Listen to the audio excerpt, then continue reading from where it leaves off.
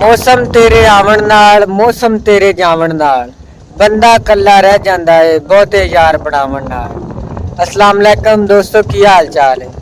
मैं उम्मीद करदा कि तुसीं सारे ठीक ठाक होवोगे, असीं भी ठीक ठाक हाँ।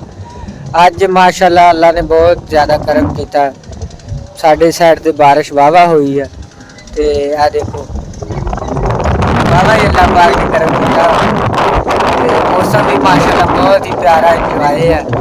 तो मैं सोचा कि एक छोटा जिहा ना मौसम दे एक ब्लॉग बना लिए, एक वीडियो बना लिए।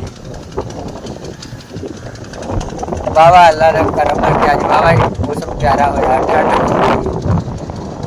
और मैं उम्मीद करूँगा कि मज़ीद इस तो भी अच्छी वीडियो बना के तुहानूं भेजांगा। बस भरावां दी सपोर्ट चाहिए।